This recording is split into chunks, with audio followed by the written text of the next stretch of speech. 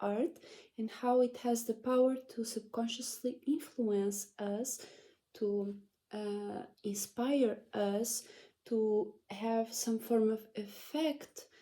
Because when I mean art, we surround ourselves by art, right? We surround ourselves with certain paintings, certain clothing, certain creations. All of this that you see here, everything that exists in your house, even your house is a project of art. And art comes in many ways, many shapes and forms, and some are more logical and others are way more intuitive and straight up from the subconscious. But in general, art is anything that we create as humans or as spirits living in a human body, right? So being it something that you create with a purpose, to be a tool or to have some form of let's say some form of practical result or practical application, that would be, or some form of painting that is more logically portrayed by you. It could be a more consciously developed art form, art project. A house, it has to have these type of appliances, it has to have these bedrooms and in this shape and this form.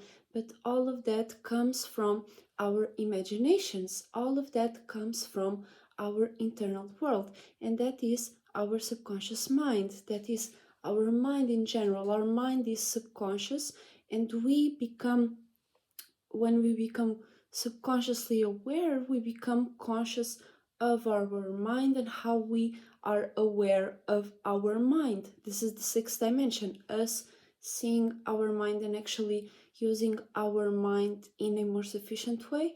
But right now we are talking about the let's say the death of our minds, and where we bring straight up from our subconscious mind to the physical realm and create all types of things, all types of tools, all types of art forms and paintings.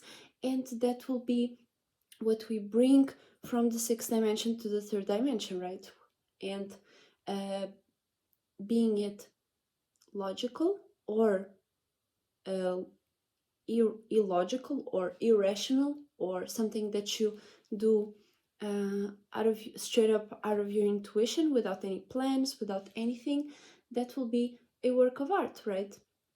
And it is not only about how the art project or art form was developed by the artist or imagined and created, but also how the user or the person that sits around the art forms, right, and observes and absorbs everything that is around you, you also look and give it a certain energy signature, right? So it is not only what the artist itself or the artisan or the person that has created the phone that you are watching this right now, or the computer, or the tablet that I'm recording this video on.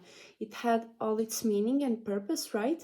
And whenever we pick it up as a user, we are now the owners, the rightful owners of that thing, right? So the energy that we apply to it, and what the work that we do with it and around it, and when we look at it, how we feel about it, how we even program those things to when we look at a painting and we directly, subconsciously, in the exact moment associate that with something, or we have a certain feeling, that will be how subconsciously art develops as a influence. And whatever we surround ourselves with will be the environment, will be the place that we grow in.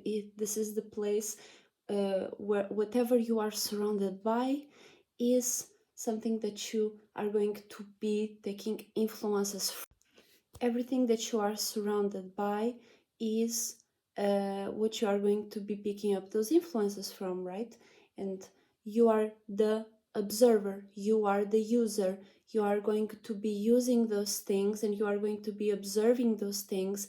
And if you know that a certain thing has a negative influence on you, but you still keep it around, subconsciously, without you even processing it, you are going to be associating that with that energy of you not liking it, of you having a weird feeling about the person that gave it to you or something like that, right? So you have to understand the main reason for why certain environments do not benefit your energy or do not benefit your purpose, because there might be certain art forms, certain projects that you yourself do not process well, or you yourself do not use in your best benefit. So, or you have to get rid of it or reprogram it and really make some shadow work where you can reassociate and make an existing art form, an existing tool, an existing creation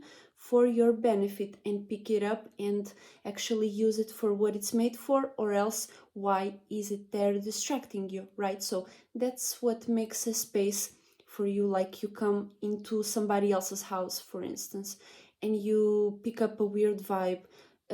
Main things will be the colors up there, the curtains, some paintings out there that have some weird shapes and colors. Make sure that you don't like, or like a carpet that also has some weird colors that make you feel in a certain way, and that all applies to the environment, and that is what like this is what inspires you. And if something inspires you to feel weird, or something inspires you to have some form of second doubts and weird thought forms, you know that okay, these things provoke nausea, for me, like or this thing has some weird connotations that I do not apply with.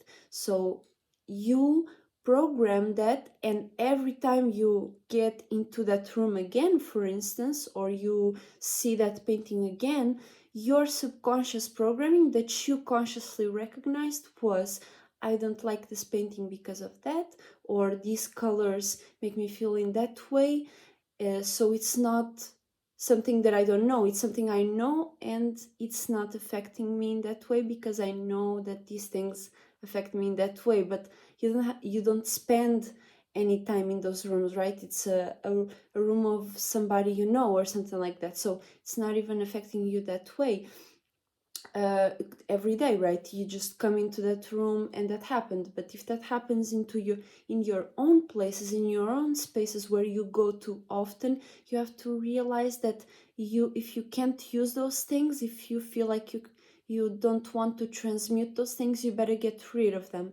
Okay, you better get rid of some paintings, of some art form, of some clothing that you don't relate with anymore, or you just didn't relate with at all, and now you know the reason why. Because everything that we associate we exchange energy with, everything that we pay attention to, and depending on how we associated those things with, and certain feelings and thoughts, will be what is going to be translating to how you feel, how certain thoughts start to appear in your mind when you are in that room or something, because you already associated, right, a energy signature with a certain piece. And you, just by being in that room, you are already exchanging energy with that thing that you have some form of association with. So you have to make sure that you're surrounded by and with things that you get inspired from, that you look at and and it reminds you of things that you should be doing as a spirit, of things that you want to continue focusing on, instead of things that do not benefit you or that bring you back to some fucked up times that you don't like, but you do it for the sake of nostalgia, which I will bring that video up someday in the future, because I think me I have a Pisces sun. The feeling of nostalgia used to be kind of like a drug to me, right? Like it used to, especially because I have a weird relationship with like feeling sad or like kind of depressed. When I was a teen, it was like my art form used to represent a little bit of how, let's say a little bit, right? Because anything comes from your mind, right? So you are expressing that anyways, but it used to represent how I used to maybe grab to some past form of security, or feeling safe in my body, or feeling safe in the place that I'm in right now. And it used to make me feel like depressed. Like the feeling of nostalgia used to make me feel even more depressed. So there is a very thin line between you having a good feeling about you were able to overcome something, and you like reminiscing about old times that right now just don't have anything to do with the situation that you are in right now, right? So certain things you might be keeping for nostalgia reasons or something like that, make sure those things actually bring good feelings and good memories, instead of memories that you don't like to go back to. Okay, so make sure that you're surrounded by the right things, because those art forms will always influence your subconscious mind, either you want it or not. So make sure that you program everything that you have around you with the right intention. Like I see this thing, and I remember that I remember the times that I'm cutting the boxes and packing up the packages for a client. This reminds me of me putting up some glue on some books that I've been making. This reminds me of doing some craft, right? Like I have earrings reminding me of certain energies that I have applied when I was making them, that I was thinking about, right? So anything can be programmed, and make sure that you are using that energy for you and for your spirit. I will see you all very soon. I wish this was helpful, and make sure to check out my Instagram page in the description down below, my LinkTree, and my amazing partners Esotericcloudsurfer LinkTree as well. He also has amazing services. I have art, and I have a whole category for clothing, for sculptures, earrings, accessories, a lot of things that I like to do. So I'm always developing, I'm creating my own website. So make sure to keep up and check me out if you want to support real motherfucking individuals